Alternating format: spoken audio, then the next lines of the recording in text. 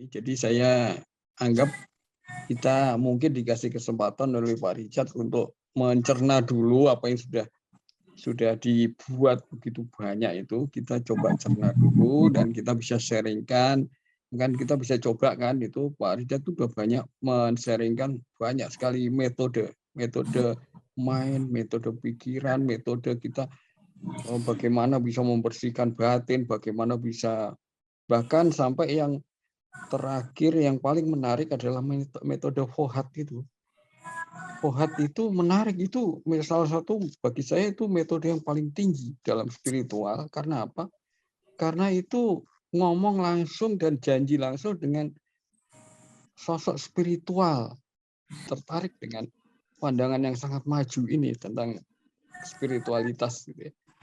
Kayaknya Tuhan ini mau ada rencana untuk menggerakkan suatu spiritualitas ini. Saya melihat di spiritualitas ini di tangannya bapak-bapak ibu semuanya ini, saya merasa gitu ya. Beneran ya, saya merasa. Sebab selama ini ya kenapa sangat tertarik dengan hal yang tinggi spiritual ini. Dan harusnya Bapak Ibu ini beruntung. Ini mendapatkan suatu pencerahan yang mungkin salah satu paling tinggi yang bisa diberikan. Jadi yang pertama saya melihat bahwa kebudayaan kita itu juga sudah ada pemahaman mengenai penyatuan dengan pelaras. Seperti kalau di Jawa itu kan ada namanya manunggaling kawula Gusti.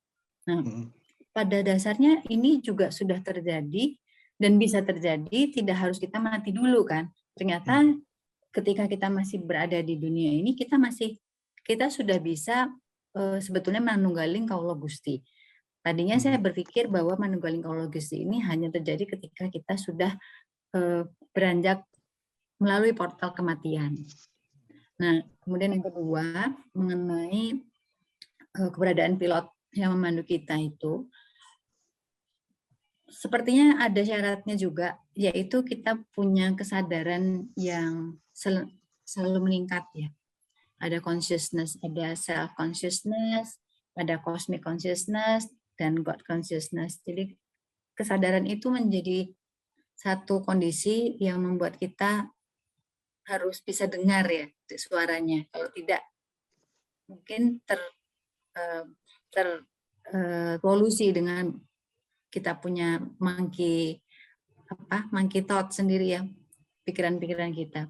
Dan yang ketiga, kesimpulan saya, penyatuan kita dengan pelaras itu justrulah yang akan mewujudkan segenap kemampuan kita bisa melakukan apapun yang kita ingin lakukan. Jadi pengertiannya, kita harus menyatu dulu dengan thought adjuster atau pelaras. Sebaliknya selama ini kan kita manusia seringkali mencari berbagai kemampuan, ya, kemampuan misalnya power of the body, kemampuan untuk healing gitu ya. Tetapi kalau itu tidak dimulai dengan penyatuan dengan adjuster, ini prosesnya akan lebih mungkin secara prosedural kita perlu menyatu dulu gitu ya dengan thought adjuster, baru kita bisa melakukan apa yang bisa kita lakukan. Karena kita sudah menyatu dengan kekuatan Tuhan yang berada di dalam diri kita, gitu Pak. Nah, ketika kita bereaksi begini begitu, beliau mulai bekerja kan. Bekerjanya itu adalah dia sebagai pilot itu benar-benar gitu, menjuruskan apa yang kita pikirkan, apa yang kita perbuat ke arah jalan Bapak kita itu. Nah, ini adalah masalah feeling kita ya. Sejak semula kan kita sudah ditekankan waktu itu, cobalah kita selalu gunakan feeling kita yang ada di dalam diri kita ya. Yaitu untuk bisa merasakan, untuk bisa mendeteksi adanya pengarahan itu ya, sehingga jalan kita itu ke arah yang benar. dengan demikian sudah jelaskan ya bahwa feeling kita itu memegang peranan ya di dalam hal ini untuk menerima petunjuk-petunjuk dari sang beliau yang ada di dalam diri kita atau partner kita, adjuster kita itu. Kata masuk akal itu kalau menurut saya adalah feeling kita itu sudah diarahkan gitu oleh partner kita itu. Nah, jadi pada saat itu saya yakin setirnya beliau itu mengarahkan kita ke sesuatu yang memang kita cari, dan itu yang dicari itu adalah benar. Dalam perjalanan kita, adjuster juga sudah melihat kan bagaimana pribadi yang akan beliau itu tempati akan menghadapi hidup seperti apa sudah diukur ya, sehingga mereka juga akan punya disesuaikan gitu dengan siapa mereka akan menempati begitu, sehingga tidak Pak Nugroho dengan Pak Yusuf punya misi di dalam kehidupan ini. Tentunya saya melihat bahwa adjusternya itu bukan main-main gitu ya. Ya tidak ada adjuster yang main-main, tetapi adjusternya adalah adjuster yang advance yang memang sudah mempersiapkan mungkin manusia-manusia di fase-fase sekarang ini untuk memulai memasuki light and life ya Pak Yusuf. Adjuster itu menempati manusia sudah berpengalaman di banyak planet dan tidak pernah ada di planet yang sama. 2 kali nggak pernah di planet bumi. Jadi adjuster yang pernah menempati kita bahkan ada sampai 10-20 kali menempati makhluk manusia sebelumnya. Tapi manusia pada level-level yang jauh lebih rendah gitu ya pemikirannya. Jadi mereka nggak bisa menyatu dengan adjuster itu, ditinggal. Kemudian sampailah ke kita. Kalau kita mendengar ini dan kita bertekad untuk menyatu dan melebur dengan adjuster itu saya rasa adjuster sudah sangat pengalaman, sudah sangat banyak menempati. Bahkan kalau saya perhatikan orang-orang, barangkali orang-orang seperti yang canggih-canggih kayak Pak Richard itu, adjusternya pasti udah yang canggih banget itu. Yang diberikan kepada orang-orang yang canggih juga pola pikirannya gitu, karena harapannya nanti udah terakhir kali deh, jangan gagal lagi gitu, jangan gagal lagi, karena bisa gagal kan, kita bisa nolak itu, nggak mau menerima keselamatan, nanti adjuster akan tinggalkan kita dan gagal kembali lagi ke sana. Soalnya begini, kata Pak Yusuf tadi, itu perasaan itu benar memang. Kita bisa mendengarkan kayak begini gitu ya, omongan-omongan gitu, kita bisa merasa, oh ini benar, oh ini salah. Kita dengan perasaan, dengan rasa itu kita bisa membedakan mana yang benar, mana yang salah. Bahkan dari sumber-sumber yang lain, yang mungkin dari orang-orang yang tidak sealiran dengan kita, dengan orang-orang lain, kita dengar omongan dia aja kita bisa mengatakan, oh, benar ini benar ini. Jadi hal semacam itu, kebenaran itu bagi kita orang-orang yang tahu kebenaran itu tidak pernah salah, dari manapun sumbernya kita bisa tahu ini benar ini. Wah ini nggak benar ini, ada sesuatu yang ganjel kali ya di dalam batin kita yang bersaksi dari dalam kita. Nah, jangan-jangan itu adjuster yang ngomong dari dalam. Oh ini benar nih. Oh ini salah. Jadi kita merasa yang benar kalau kita merasa mendengar kebenaran, benar. Itu dari dalam ada yang bersaksi. Minimal ada kelegaan atau rasa sukacita. Benar nggak kayak gitu? Itu yang saya rasakan sih begitu. Gimana Bapak Ibu? Tentang kerjanya adjuster pada saat kita tidur.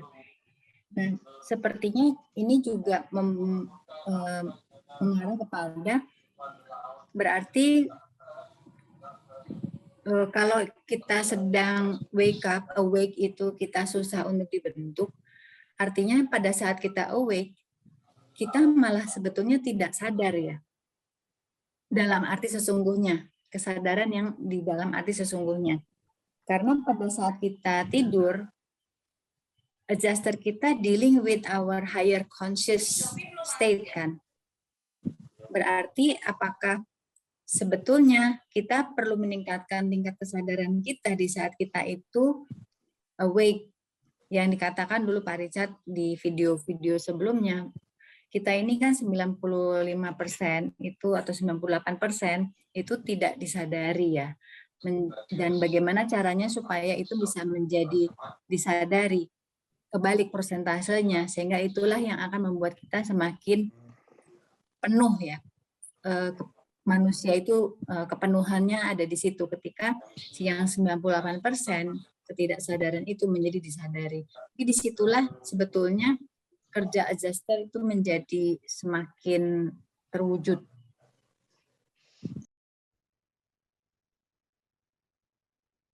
Seperti yang saya sampaikan tadi, saya itu di guide ya, dan saya menemukan video itu dari begitu banyak video. Dan ada 3 orang yang bicara di situ. Mereka itu senior-senior saya, yang saya hormati. Jadi kalau dalam video-video saya sampaikan saudara-saudara, teman-teman, kalau saya sampaikan ada kekasih, saya maksudkan kepada 3 orang ini. Dan mereka, saya kira nggak tahu, who are you? Pernah ke salah satu orang dari 3 itu, saya mengatakan, you do not know who are you. Bagi saya ya, who are you? Karena 2 dari mereka pernah menyelamatkan jiwa saya. Ya, itulah I love them so dearly.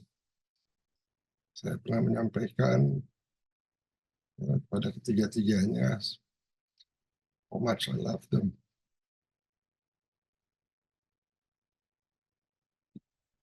Karena mungkin saya nggak sadar para kekasih ini, mereka ada bertiga.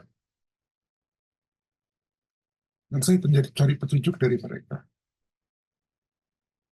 Jadi saya melihat ini seperti the paradise absolute, but it is the planet, our planet absolute, berfungsi, bekerja melalui mereka. The paradise absolute berfungsi melalui mereka. Oleh karena itu, apapun yang mereka sampaikan buat saya perhatikan dengan khusyuk. Jadi thanks for klarifikasi.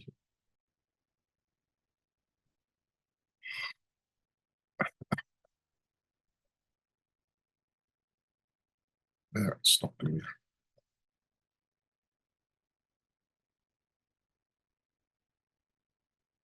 Jadi saya akan memberikan komentar ya. Kenapa ketiga orang ini saya tunjukkan dalam video ini. Karena ini mereka bicara jauh sebelum saya membuat video IM. Jauh sebelum itu. Dan ketika saya lihat lagi ya video-videonya, saya lihat gila, banyak banget ya. Metode sama training-training yang saya berikan entah dari mana ya. Sometimes dalam diskusi-diskusi itu saya nggak rencanakan tapi saya berikan ya. Termasuk Fohat. Dan Fohat itu seperti kata Pak Nugroho, itu teknik tertinggi. Betul Pak. Dan ini saya mendengar Pak Nugroho ngomong gitu, itu afirmasi buat saya. Karena saya sampaikan, kalian itu ibarat Paradise Trinity yang berdiferensiasi, memberitahu saya. Karena 3 tahun terakhir ini saya paling dekat sama mereka. Dan seperti tadi dikatakan, kenapa itu tertinggi? Karena kita bicara dengan sosok spiritual. Itu salah satu pencerahan tertinggi. Itu keinginan tertinggi kita. Oleh karena itu kita pernah mengucapkan ikatan dengan Siapa sosok spiritual ini? I am. Juga disampaikan secara intuitif, Pak menyampaikan, kayaknya Tuhan ini ada rencana menggerakkan aktivitas spiritual ini. Saya merasa bahwa saya membuat I am ini karena memang digerakkan ada rencana. Jadi self-fulfilling prophecy itu terjadi.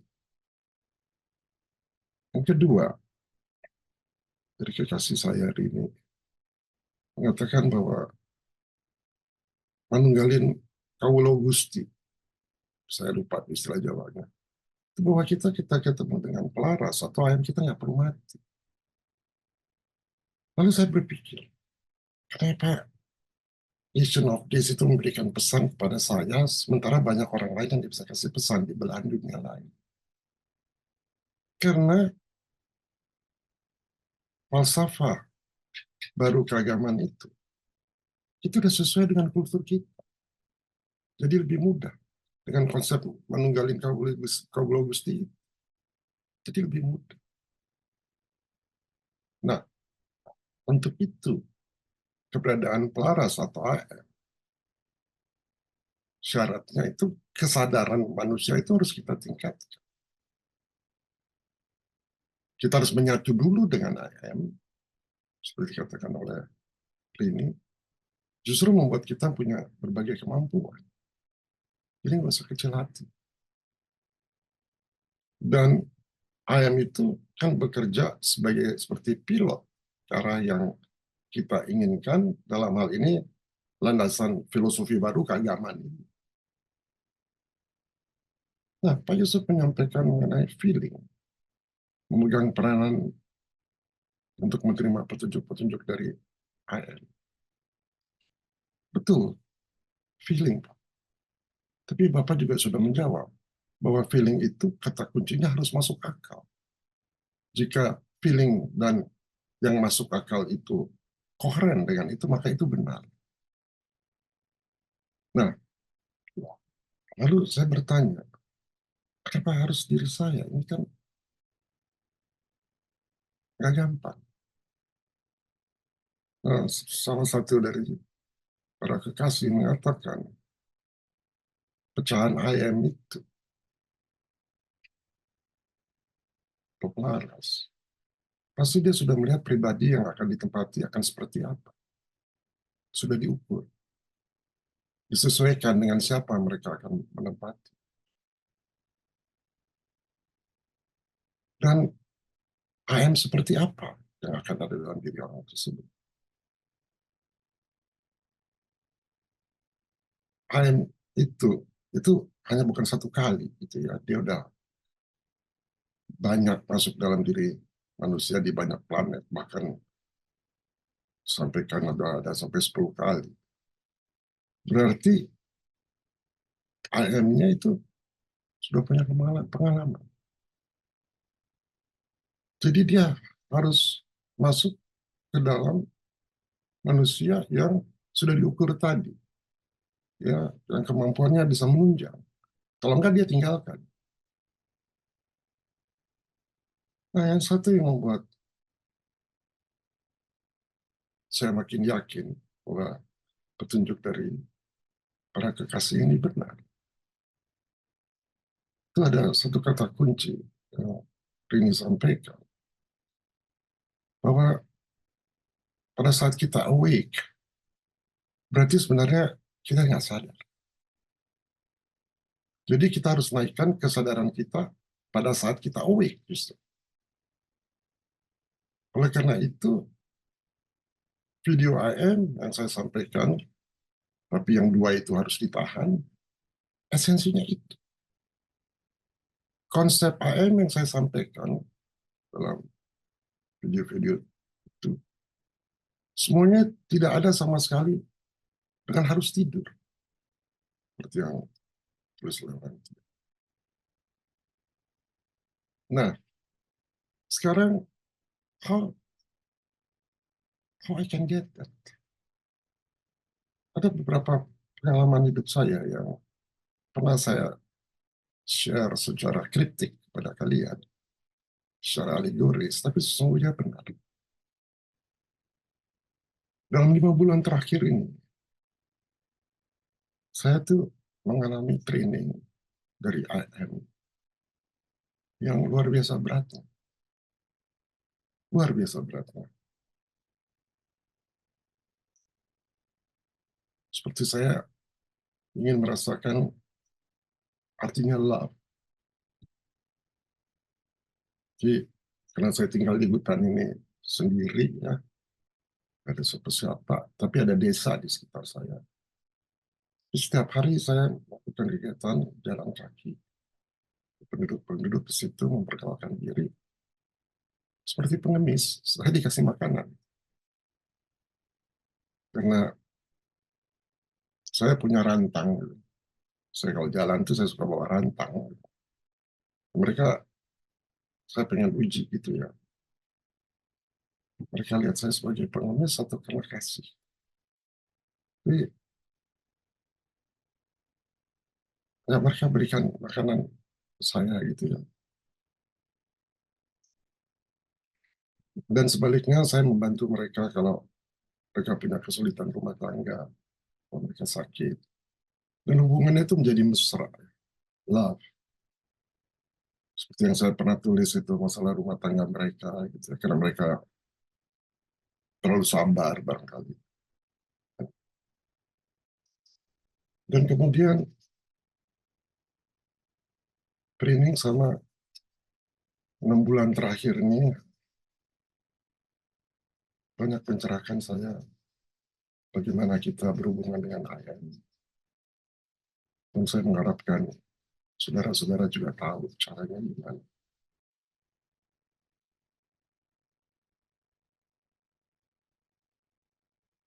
Itu sebenarnya gimana supaya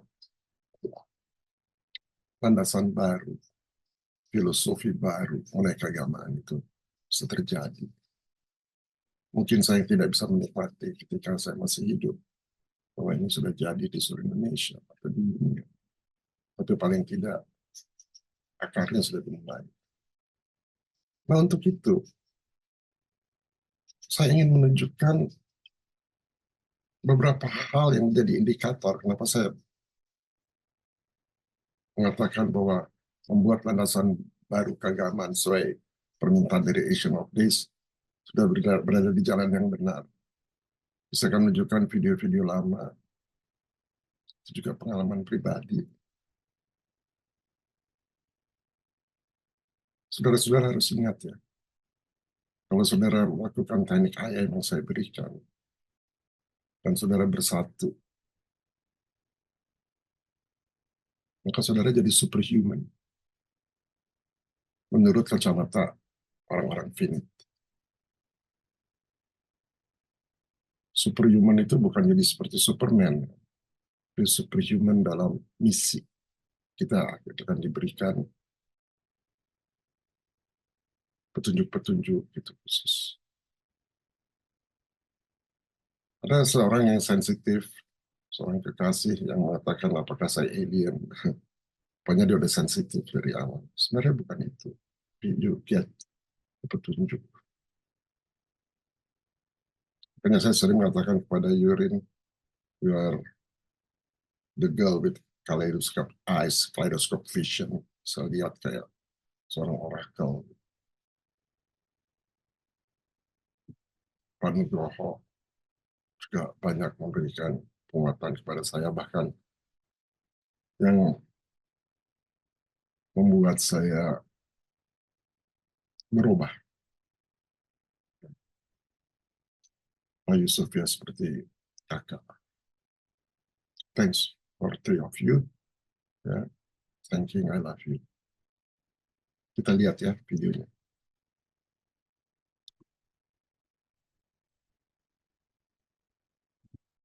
Oke, aku kasih tahu perannya, Bang. Aku kasih tahu ya, boleh ya? Siap. Oke, teman-teman, waktu kita baca ya itu, ingat nggak ada perdebatan antara malaikat kemajuan sama malaikat keagamaan? Ingat? Halo? Ya, ingat, Pak.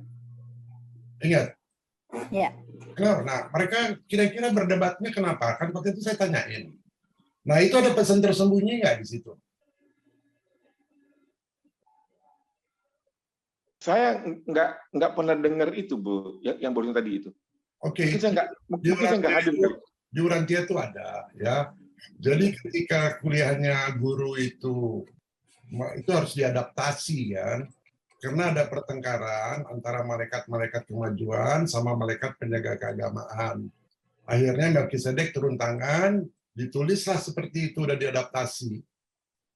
Itu kunci banget tuh. Supaya kita tahu tugas kita masing-masing. Ada yang mau kasih pendapat nggak? Kalau nggak saya terusin.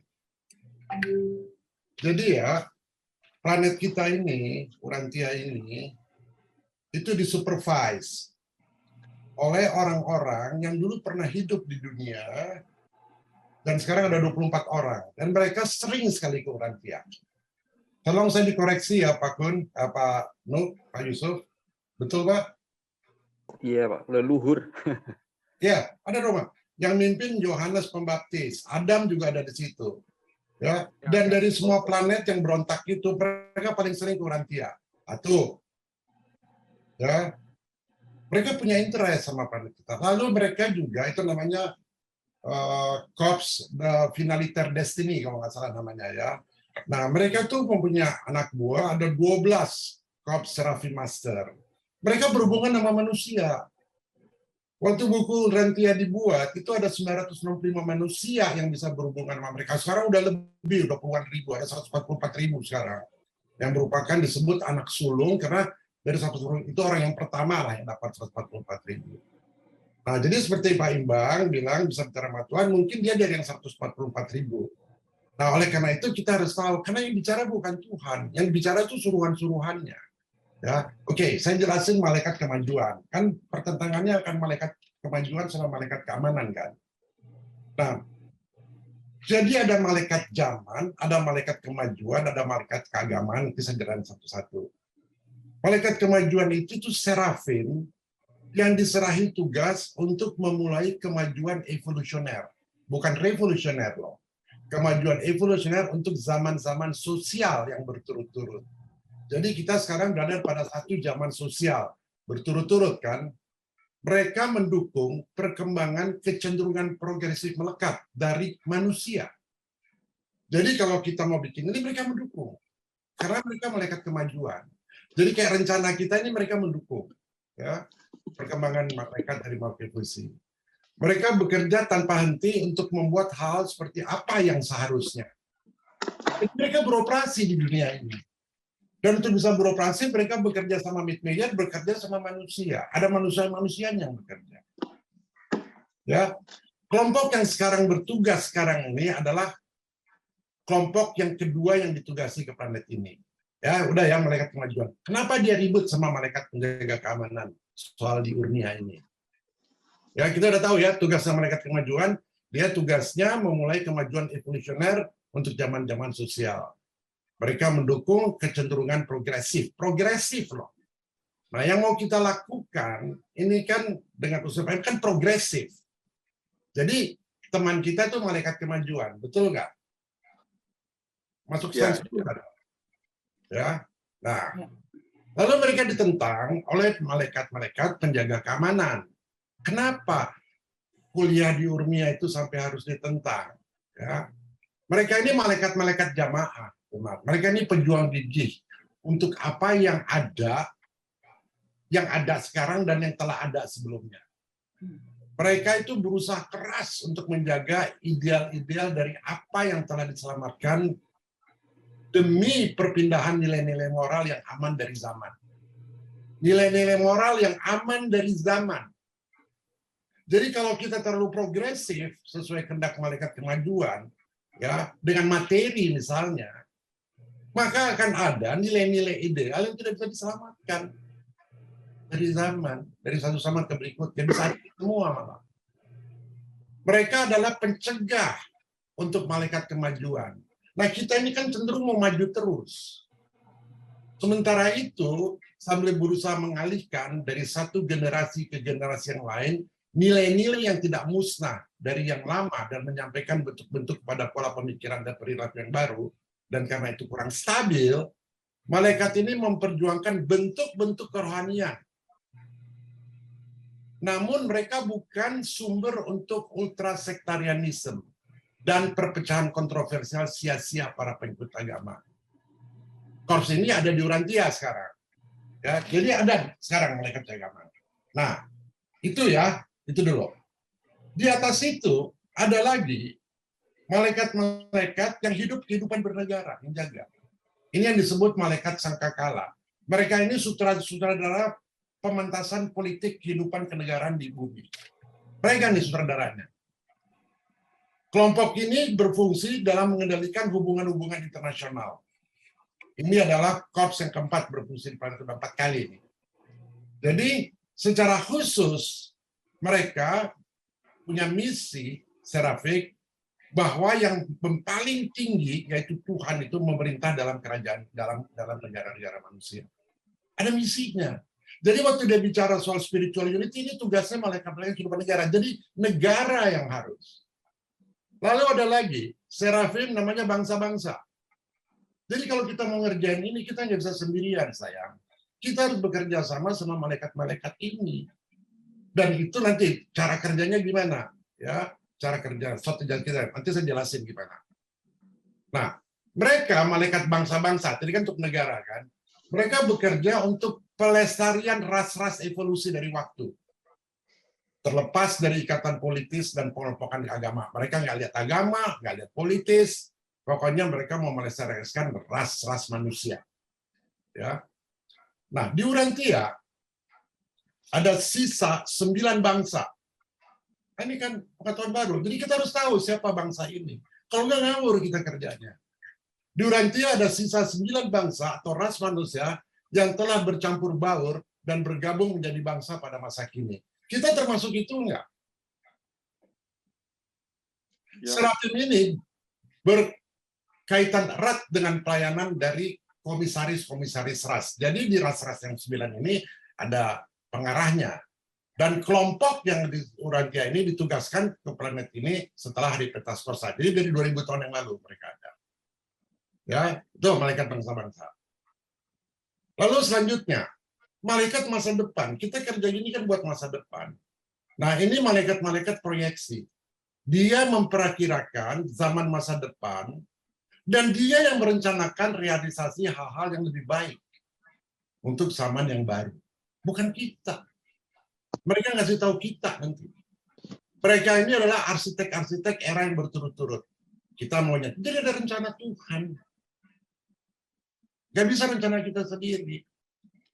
Ya, mereka sudah dari planet sejak awal dari pemberontakan Lucifer udah ada. Nah, setelah bicara masa depan, kan kita mau bicara mengenai life and light. Ada namanya malaikat pencerahan. Nah, dia khusus untuk membantu apa? Pendidikan. Jadi organisasi kita mau alokasikan untuk apa? Bantu orang-orang yang miskin dulu apa? Di sini dibilang pendidikan. Dan malaikat-malaikat ini disibukkan dengan pelatihan mental dan moral yang menyangkut individu, keluarga, kelompok, sekolah, masyarakat, bangsa, dan seluruh ras. Ini plannya. Nah, kita terpanggil di mana?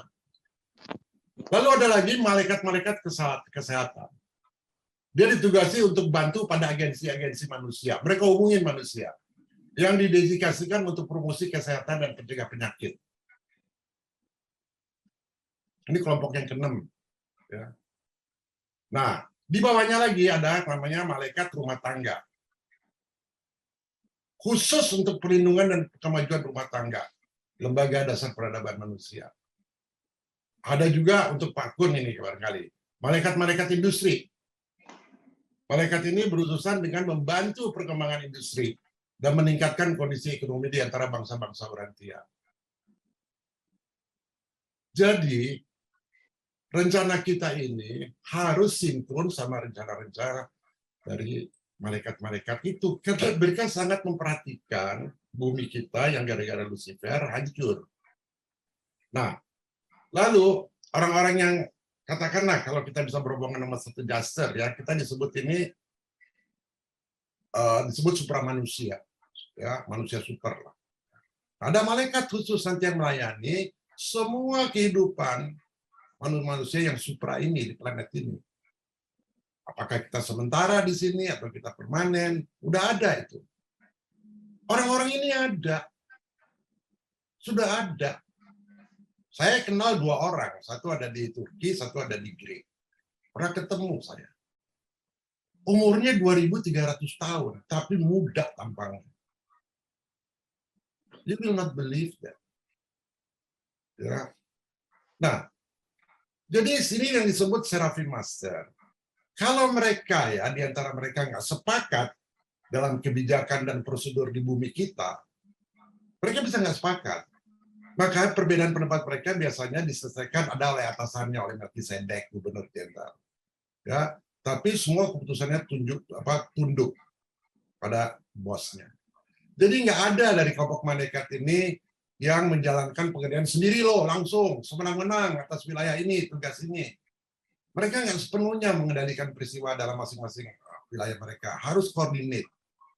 Nah, kemudian mereka banyak menggunakan semua malaikat ini, kaki tangannya itu manusia kayak kita. Tugas kita apa? Tempat pertukaran gagasan. Jadi ide ini harus kita kasih, karena dunia makin lama akan ada pendekatan filosofis, bukan ekonomi lagi. Oh, dia beda sama saya ya, tapi gagasan dia oke, saya bisa terima. Pertukaran gagasan. Ada nanti pemusat pikiran orang-orang yang berpikir aja gitu. Nanti akan ada promotor proyek. Promotor proyek akan datang kayak Pak Imbang, promotor proyek itu akan datang, tugasnya itu. Ya, ada yang pemikir gitu, ada yang memperkarakan gagasan. Walaupun ya kita nggak mampu untuk menyuntikkan konsep yang baru dan lebih tinggi, atau mereka nggak mampu menyuntikkan konsep yang baru atau lebih tinggi pada pikiran manusia, mereka itu sering sekali bertindak atau membuat suatu ideal yang lebih tinggi yang telah muncul dalam intelek manusia. Artinya apa? Yang melakukan mereka, bukan kita. Jadi kalau kita punya ide aja, ya sering bertindak untuk membuat suatu ideal, ya ide yang lebih tinggi yang telah muncul dalam intelek manusia. Jadi kita cukup berpikir. Nah, suatu dasar kita bisa kita hubungi. Ya. Nah, selain dari banyak sarana atas tindakan positif ini, Seraphim Master mengamankan kemajuan planet terhadap bahaya fatal melalui mobilisasi, pelatihan, pemeliharaan korps cadangan. Fungsi utama dari mereka adalah untuk mengamankan hancurnya kemajuan evolusioner. Mereka adalah persediaan yang dibuat kekuatan-kekuatan malaikat terhadap kejutan, mereka adalah jaminan terhadap bencana. Nah, jadi kalau kita mau kerja gini, ya, kan kita patokannya dari Urantia. Saya waktu itu pernah menyampaikan, di Urantia itu banyak yang tersembunyi. Waktu dia bilang ada pertentangan antara malaikat kemajuan sama malaikat itu kuncinya tuh apa? Nah, dari situ kita baca, oh tugas kita di sini, oh tugas kita sini. Coba itu kalau yang mau baca, yuk baca di paper 114. Ya. Organisasinya gimana, kita kerjasama sama mereka. Ya, saya udah metain ya, di yang saya tahu ya, yang orang-orang yang saya tahu udah ada 316 yang saya udah metain. Orang-orang brilian bro, bidangnya masing-masing. Jadi kita ini nggak bisa sendiri, kita ada komando. Kita ada komando bro. Hanya sering orang bilang, lu dapat informasi dari mana? Gitu ya. Dari Kota Jaster. Nah, di Urantia ini ada semua. Nah, sekarang kita, ya tugas kita nih. Jadi kalau kita dari alam ini ya, dari Urantia, kita dipilih untuk melayani, namanya Korps Cadangan Tadir. Satu yang mereka lakukan apa? Ya. Karena semua reservis kayak kita memiliki pelaras yang sadar diri. Dan kebanyakan dari kita berfungsi dalam lingkaran-lingkaran prestasi intelektual dan pencapaian spiritual yang tinggi. Udah pasti nggak bisa bodoh. Disulis di situ. Jadi kalau bilang kalau orang bodoh nggak bisa.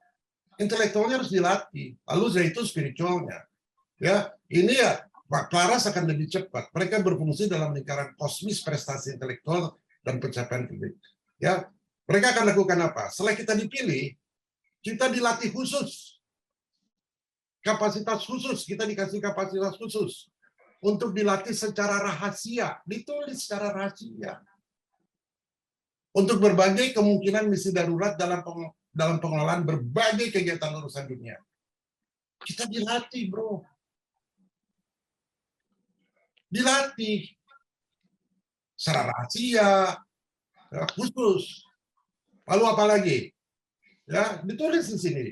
Dedikasi sepenuh hati pada suatu tujuan khusus sosial, ekonomi, politik, spiritual, atau tujuan lain. Digabungkan dengan kesediaan untuk melayani tanpa penghargaan dan imbalan manusia. Tanpa penghargaan. Saya citra aja ya, 20 tahun yang lalu saya itu di profesi, saya nggak percaya. Akan membuka pintu-pintu sosial, ekonomi, politik, spiritual di dunia. Saya nggak percaya. Makanya si Giri suka aneh, kenapa kamu nggak pernah melayani imbalan manusia? Nggak percaya. Saya nggak mau citra ya, tapi supaya kita jangan terlalu menggebu-gebu, ini ada organisasinya. Lalu apa? Ya, kita dilatih. Kepemilikan sorot pelaras pikiran yang berkecakapan luar biasa. So, you tahu nggak pelaras you pikirannya luar biasa nggak? Karena tiap pelaras beda kemampuannya. Ada yang masih virgin, ada yang junior, ada yang senior. Jadi orang yang dipilih pasti punya pelaras pikiran yang berkecakapan luar biasa. Dan mungkin mereka sudah berpengalaman pra-urantia dalam mengatasi kesulitan-kesulitan planet di sini dan menghadapi situasi darurat yang akan segera terjadi. Ada ini tak, harus tahu. Pelarasnya nggak bisa pelaras biasa. Pelarasnya Jesus juga bukan pelaras biasa. Ya, nah organisasinya ya, masing-masing divisi pelayanan Silitis Planet berhak atas satu korps penghubung manusia takdir ini. Ada penghubung manusianya. Rata-rata ya di dunia mempekerjakan 70 korps yang berhubungan erat dengan pengelolaan sumber manusia terhadap urusan dunia saat ini. Di bumi sekarang ada 12 korps. Ya. Nah, korps itu ada 962 orang. Ditulis detail. Korps terkecil 41 orang, terbesar 172 orang. Jadi kelompok kita ini ya, yang terkecil yang dipilih nanti, ya dilatih kita kan, telah dilatih untuk banyak posisi. Ini dari kita dilatih. Terdiri dari 962 orang. Nah, jadi Bang bisa minta, tolong deh, gue sudah bersedia, tolong latih gue. Kita minta, kan dia bilang, tinggal kita minta sama Tuhan. Ya, ini, ya, sekarang ada 962 orang. Itu tahun 1934. Sekarang udah 144.000 orang. Yang terkecil 41, terbesar 172. Dengan pengecualian kurang dari 20 kepribadian kotak, anggota-anggota dari kelompok ini sepenuhnya tidak sadar. Biasanya mereka nggak sadar tentang penyiapan mereka untuk kemungkinan berfungsi dalam krisis planet tertentu. Mereka akan dilatih dan ditatar dalam batin yang mendalam oleh teknik gabungan dari pelaras pikiran dan sapi penjaga. Itu sebabnya saya sampaikan tempo hari mengenai energi. Paham nggak energi? Energi itu selalu bervibrasi. Vibrasi itu selalu punya polaritas, ada ritmenya, tekniknya begini. Kenapa? Karena seringkali kepribadian celestial yang lain ikut dalam pelatihan yang kita nggak sadar. Di sini ditulis 114:78. Seringkali banyak kepribadian celestial yang lain ikut serta dalam pelatihan yang tidak disadari ini. Dan dalam semua persiapan khusus ini, para makhluk tengah melakukan layanan yang berharga dan sangat dibutuhkan. Ya, kemudian apa? Ada midwayers juga yang bantu. Ya, dia berkontak dengan para pikiran dari orang-orang tertentu. Coba deh dibaca ya 114 dulu, baru kita bisa bikin rencana. Ya, karena kita harus di-guide oleh guide yang ilahi dan Tuhan sudah mengirimkan. Gitu. Coba baca di 114. Politiknya juga nanti ada, gitu dikasih tahu bagaimana. Kapan bikin partainya? Udah bisa dibuka belum yang 114? Ya.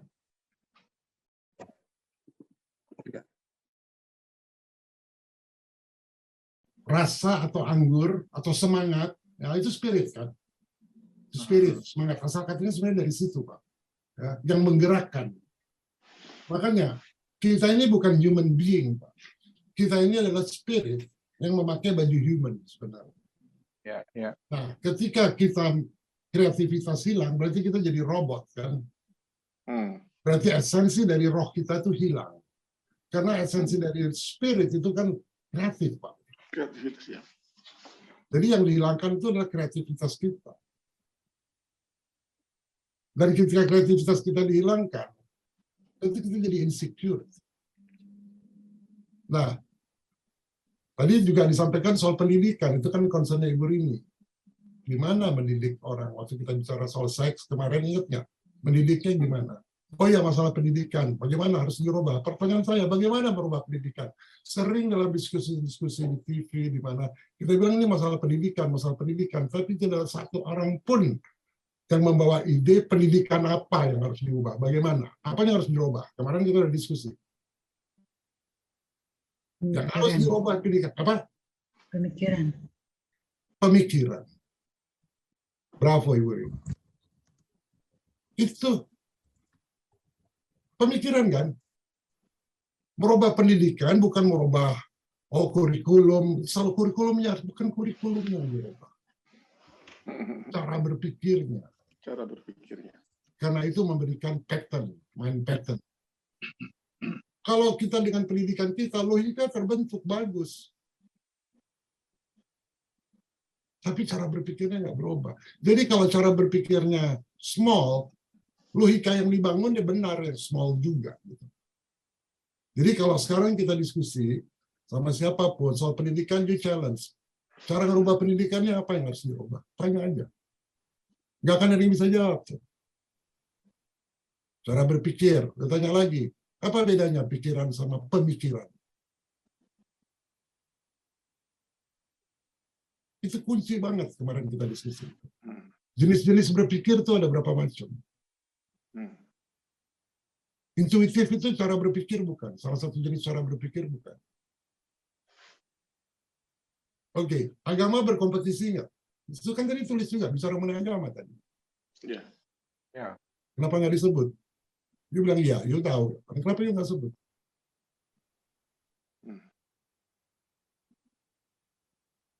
Jadi agama itu berkompet kenapa? Karena insecure kan?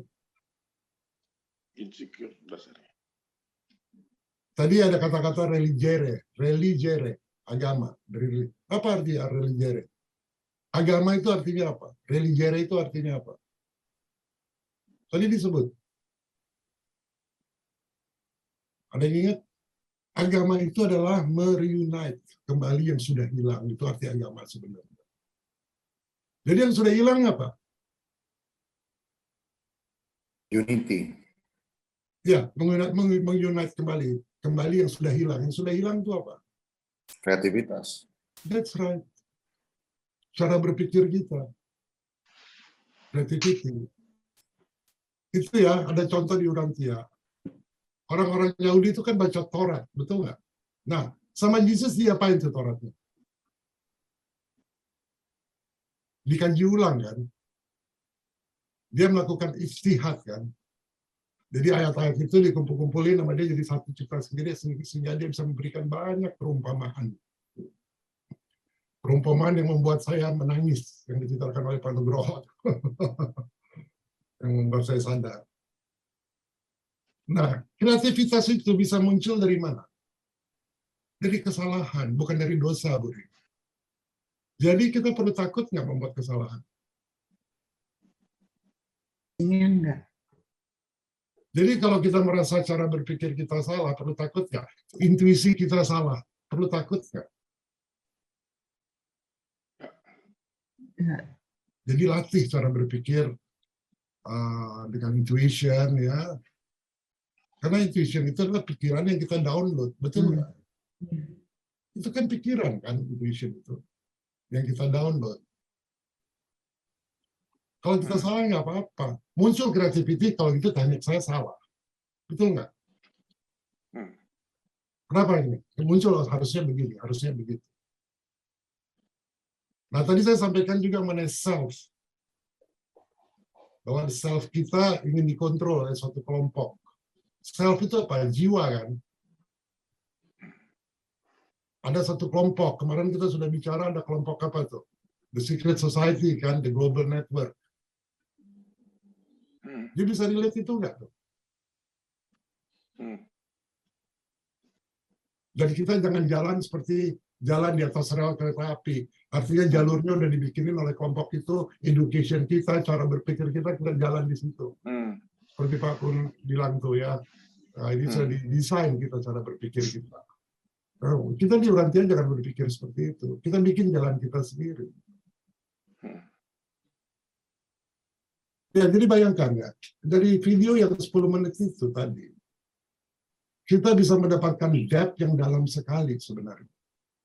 Kreativitas kita bisa jalan nggak tadi? Kembangin lagi. Dari diskusi tadi aja. Bisa nggak sebenarnya?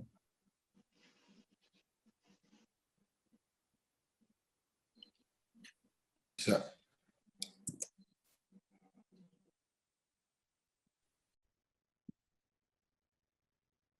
Mudah-mudahan saudara mengerti kenapa saya kasih lihat video itu.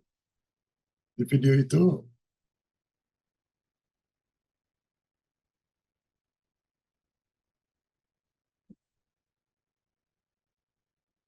dijelaskan bahwa kita ini sebenarnya spirit being yang memakai baju human. Tapi sebenarnya esensinya kita ini spirit. Dan semua menjawab iya pada waktu itu setuju. Kemudian di situ disampaikan bahwa banyak sekali insecurity di diri manusia. Karena adanya kompetisi, insecurity dalam berbagai hal, termasuk dalam agama. Makanya agama sering saling bersaing satu sama lain. Nah, di situ, kalau kita berpikir dari perkataan tadi, ucapan saya, maknanya apa? Makna di atas sedang ada insecurity di antara agama. Di antara agama. Berarti perlu muncul falsafah baru mengenai keagamaan. Bisa lihat nggak? Ya, muncul falsafah baru. Saya ngerti, oh ini ya yang diminta oleh. Kalau sudah saya diskusikan di situ, tapi pada waktu itu saya tidak aware. Jadi falsafah baru keagamaan itu membuat supaya kita secure bagaimana kita berhubungan dengan Tuhan. Kita tahu, nggak salah. Nggak seperti saya mencari begitu lama, udah dikasih tahu saya kepala batu. Enggak, dia harus begini, kepala batu. Sehingga ditampar-tampar. Makna di atas makna. Lalu saya tanya, untuk mendapatkan itu apa yang harus diubah? Cara berpikir. Kita ini sudah dalam soal keagamaan, berpikirnya gitu, udah 2000 tahun sama terus. Di situ saya kasih contoh. Jesus, dia itu mengutak-atik Taurat. Taurat itu kan sakral ya, kan? Oleh orang Yahudi. Dia mau abrak-abrik dari sini ke sini ke sini, dia bisa bikin tinkering namanya. Sehingga muncul cerita-cerita. Perumpamaan-perumpamaan yang diberikan yang dasarnya dia ambil semua dari Taurat. Dan saya sampaikan di situ, bahwa dari cerita-cerita itu, ada satu cerita mengenai seorang bapak yang punya 2 anak. Anak bungsunya itu nakal, hilang, tapi dia terima kembali. Saya ada rekamannya. Waktu Pak Nugroho menyampaikan itu, saya menangis terisak-isak. Di Taurat nggak ada. Yesus mengijtihad Taurat. Kita juga perlu mengijtihad teknik-teknik menyampaikan pesan-pesan Tuhan di berbagai agama. Itu saya kira pesan Ancient of Days, yang contoh relate ke situ. Dengan gitu berarti kita harus berpikir kreatif. Kemudian kalau you lihat di video tadi, ketika saya tanya, apa artinya religiere? Sesuatu hal yang hilang. Perlu apa jadi kalau gitu? Cara berpikir. Iya, apa cara berpikirnya? Yang jawab cuma satu orang tuh. Kreativitas, cuma Arya yang jawab. Itu sign ya. Kalau kan banyak kawan-kawan di situ. Cuma Arya jawab, kreativitas. Lalu yang nomor 2, saya tanya, kalau begitu kita sanggup nggak untuk melakukan itu? Diam tuh semua. Yang jawab bilang, ya, cuma satu orang juga. Arya, anak saya yang jawab. Jadi saya merelate peristiwa hari Minggu ketika Arya ngobrol gitu sama saya, lalu saya kasih pesan sebelum kematian. Karena udah ada tandanya. Itu makna di atas makna, saudara-saudara. Jangan sampai kita terlambat membaca tanda-tanda. Ya, ini nggak salah saya minta Arya untuk menyampaikan ini. Karena sudah ada tandanya. Di situ tanda. Kita lagi lihat video lanjutannya.